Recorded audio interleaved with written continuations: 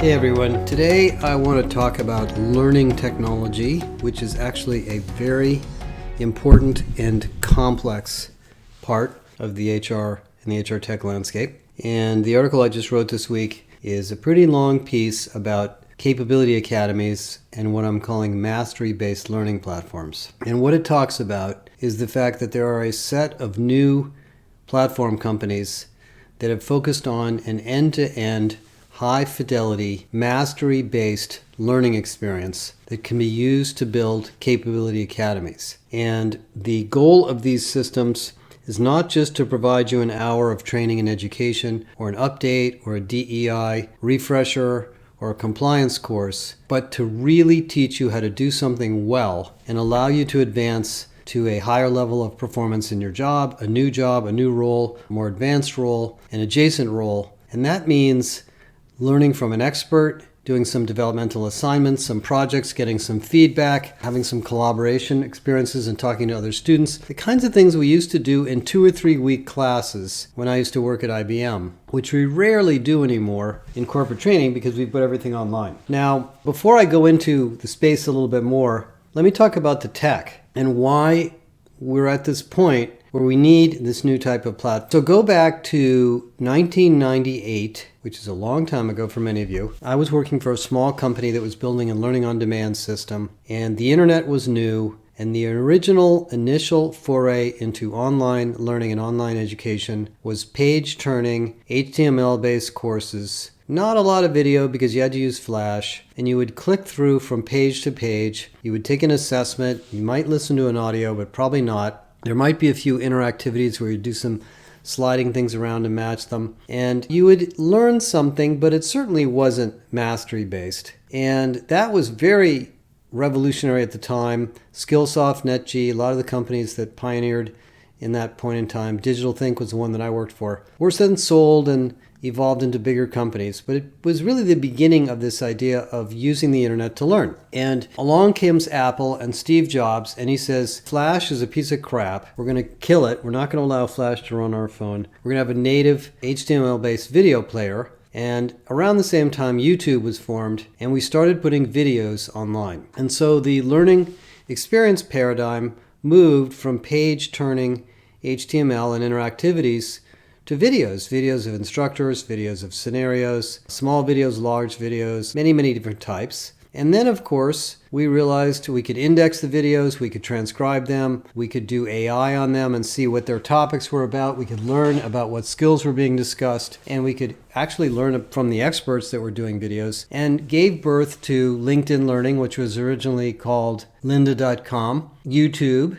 Udemy, Skillsoft, and many other learning companies that focused on building high-fidelity video-based courses that were oftentimes like instructor-led courses, but they had chapters and they had interactions and tests and quizzes and scenarios and labs, which are basically places for you to try things. And the industry moved on and grew. And that has been very successful over the years. We've all learned a lot from these different activities. While that was going on, the management infrastructure behind this had to change too. The learning management systems that were developed for the original e-learning were using a technology called AICC, later called SCORM, that tracked your progress through these pages so they could tell how many pages you had clicked through, whether you had completed an assignment, whether you got a score, what the score was, whether you had passed, and so forth. And so there was a learning management system that you needed, and so everybody went out and bought those. The learning management system, by the way, also scheduled classrooms, scheduled instructors, scheduled slide projectors and resources for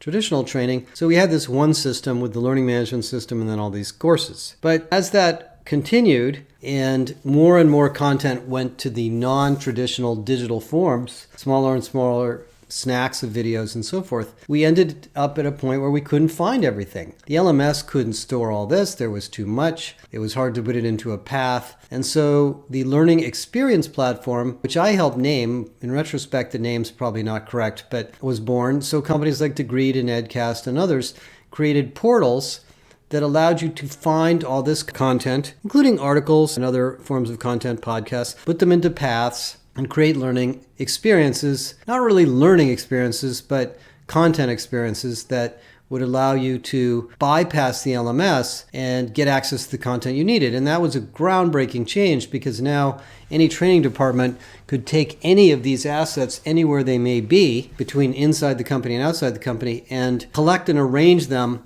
so that they could be used for real business purposes, onboarding, leadership development, training, skills, and various different customer service, other things. Okay, so that's really what's been going on for the last, from 2008 to around 2015, 2016, 2017. And then some smart guys at Degreed and a couple other companies said, well, maybe we really ought to be focusing on skills, not courses. Courses are just this coarse-grained topical taxonomy. Maybe we should go to core skills. And so we entered this world of very confusing technology, which I call skills tech, of tools trying to infer what skills are being developed in a different piece of content, infer what skills individuals have because of their experience and their profiles, and then giving you a tool set to build a skills taxonomy and talk about what skills we need. Now, in the area of skills, as I've talked about in many other podcasts, it's a very, very complex problem because the number of skills is huge. There's hundreds of thousands of skills.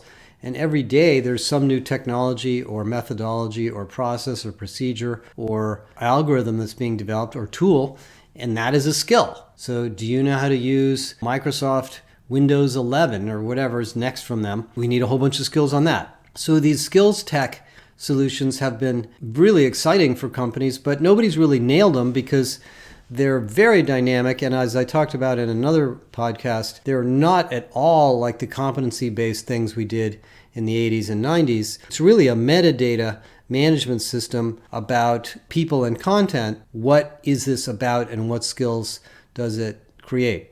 But nevertheless, with all of that evolution, with the LMS, AICC, SCORM, video, micro-learning, learning experience platform, skills tech, it is still really hard to teach somebody how to become a master in something new. Because as you know, as a human being who's gone through school, the only way you really learn something is by doing it. And the only way you do it is for an instructor, a teacher, or an expert, or a coach to step you through it, show you how it works, read a lot, do a lot of background work, maybe take a few tests, and try it, and get some feedback and get better at it. And that is not going to happen in any of this technology. Enter the world of academies. Now, I may be the one that started this craze because when I left Deloitte in 2018 and I wanted to build a professional development solution for HR, I decided it needed to be an academy. And the reason I did that was not because I thought it was a cool name, but what I realized was that the HR profession was a craft. By the way, so is every other profession. You can learn the basics, but you really don't learn it until you do it. And you want to learn from other people. And so in an academy, like a safety academy, a police academy, a marketing academy, a leadership academy, you don't just learn a bunch of topics and take a bunch of courses. You practice and test and discuss and evolve and improve and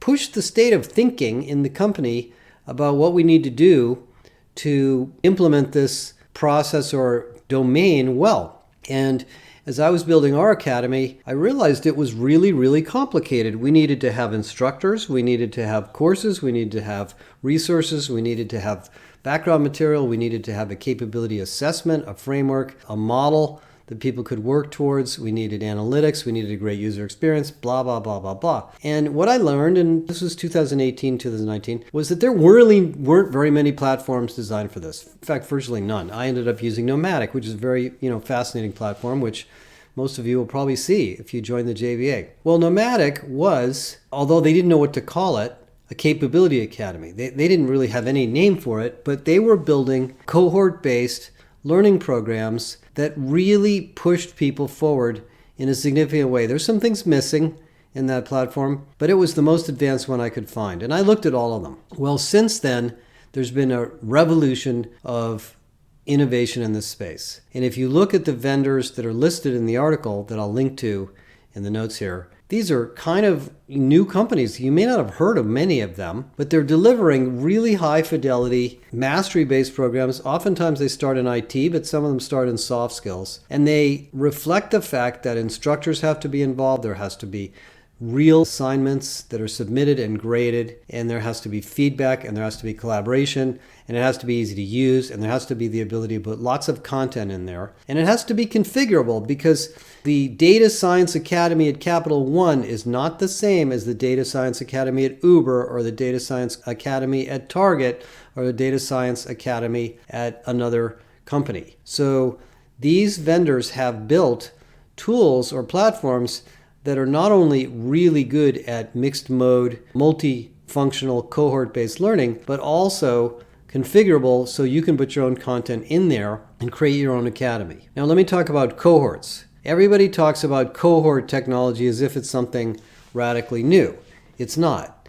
In third grade, when the teacher broke you into little groups and you went to your little tables and talked about the book that you had just read and came back and presented it to the class, you were doing cohort-based learning. Cohorts simply means you take a large number of people, you group them into a small number of people, and those people talk to each other and work together on a project. There's many reasons this is valuable. First of all, you get to know each other. The second of all, you get to have individual interaction and test your own ideas and thinking. And the third is, if you do it well, you can do some nifty things like cohorts can come up with different ideas and share them with peer cohorts. You can rank and rate cohorts against each other. You can create cohorts based on affinity groups in the company. You know this if you've done instructor-led training. All the young people go over here, all the old people go over here, all the people in sales go over here, all the people in marketing go over here. So all of these things, including many other, innovative ideas, are really built into these new platforms. Now, why is this new and why is it important? You could say to yourself, and I know a lot of vendors will say, we've been doing mastery-based learning forever. Saba was a mastery-based learning system when it was first developed. I know Workday will claim that they have mastery-based learning in their platform. SuccessFactors for sure, because Plateau, the original core of SuccessFactors LMS, was a compliance and very rigorous training system used often in pharmaceuticals. So this is not a new idea, but how about a platform designed just for this? Designed for many different content areas, designed for a whole bunch of different mixed mode applications, and designed to do these things like mixing instructor-led and coach-based and teaching assistant and collaboration into one technology platform. And I think this is going to be big. I think most of you in corporate training and L&D are going to end up buying one or more of these platforms because you can't do this stuff in an LMS or an LXP. And I hate to say this in the middle of all of the vendors scrambling to build skills engines, but the skills engine doesn't teach you anything. It just tells you a little bit more about what you need to know and maybe where you might go to find it. So to me, this is a pretty significant thing. Now, as I wrap it up, let me add one more idea here that might help you understand it. And that has to do with technology. The reason e-learning was what it was in 1998, 1999, that era, was because that's all you could do. The technology of HTML and the Netscape browser was limited. There was no embedded video. There was no embedded audio. There wasn't a skills engine behind it. And so we built what we could build. Once we had ubiquitous video, we added video. Once we had search engines and advanced indexing, we added topics. Now we evolved that using AI to skills. Well, we also have this idea of the X API. Most of you probably aren't paying attention to it, but it's a pretty interesting idea. The idea of the X API is that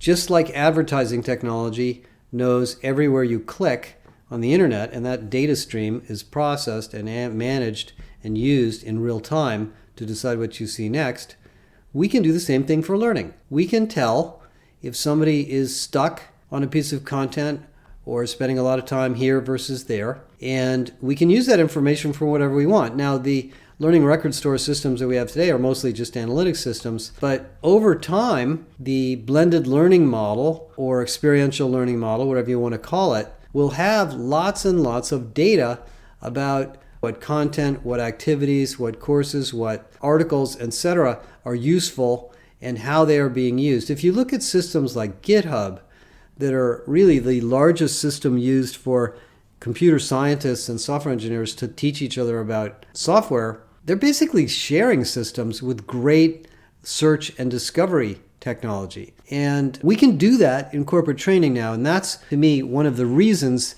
that we need these Capability Academy platforms, because we now have the ability technologically to bring many elements of the learning experience together. But you don't want to be a systems integrator. I mean, I've talked to many training departments that have 12, 15, 18, 20 different systems lashed together to handle all these different use cases. And then there's no program management system on top of that to keep track of who's doing what. So there's a human being manually pulling this data together to figure out who passed or didn't pass a course and who's credentialized for this different activity. So these guys have got a big market ahead of them. And if you read the article, what you'll hear is, I talked to David Blake about it and a few other people. By the way, Degreed is really into this now, so this is going to be the rebirth of Degreed, is going to be around this area, is that once you figure out with your business counterparts what are the most important capability academies to build, it won't be hard to get $3, $4, $5, $10 million of budget. If it's a sales academy, if it's a marketing academy, if it's a leadership academy, if it's a safety academy, if it's a product management academy, you're not going to be able to build 20 of these. But whatever you do focus on, you will have the money and you will have the ROI, because the ROI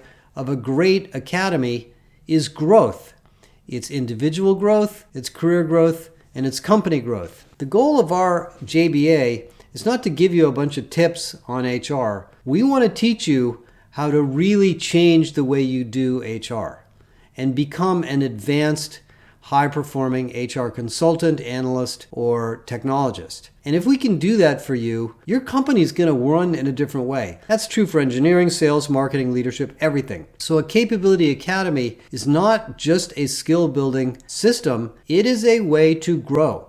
And once you build these things, if you stick with it, you can use them during tumultuous times of change. Let's suppose there's a competitor or a new product offering, or the company reorganizes, or there's a new CEO, or something goes bad and we need to reskill people. The Academy is designed for that. It's designed to have subject matter experts and business counterparts and great content and great models and skills data behind it so that you can evolve it and grow it over time. So this is a big deal. This is a business strategy, not just an L&D technology, and something that I think you'll learn a lot about. So anyway, we have lots and lots of case studies of academies that companies have built. We are quite good at understanding this and helping companies build them. So take a look at the article and contact us if you'd like to join our corporate membership program or join the JBA, and we'll show you all about how to do this in your company. Thank you.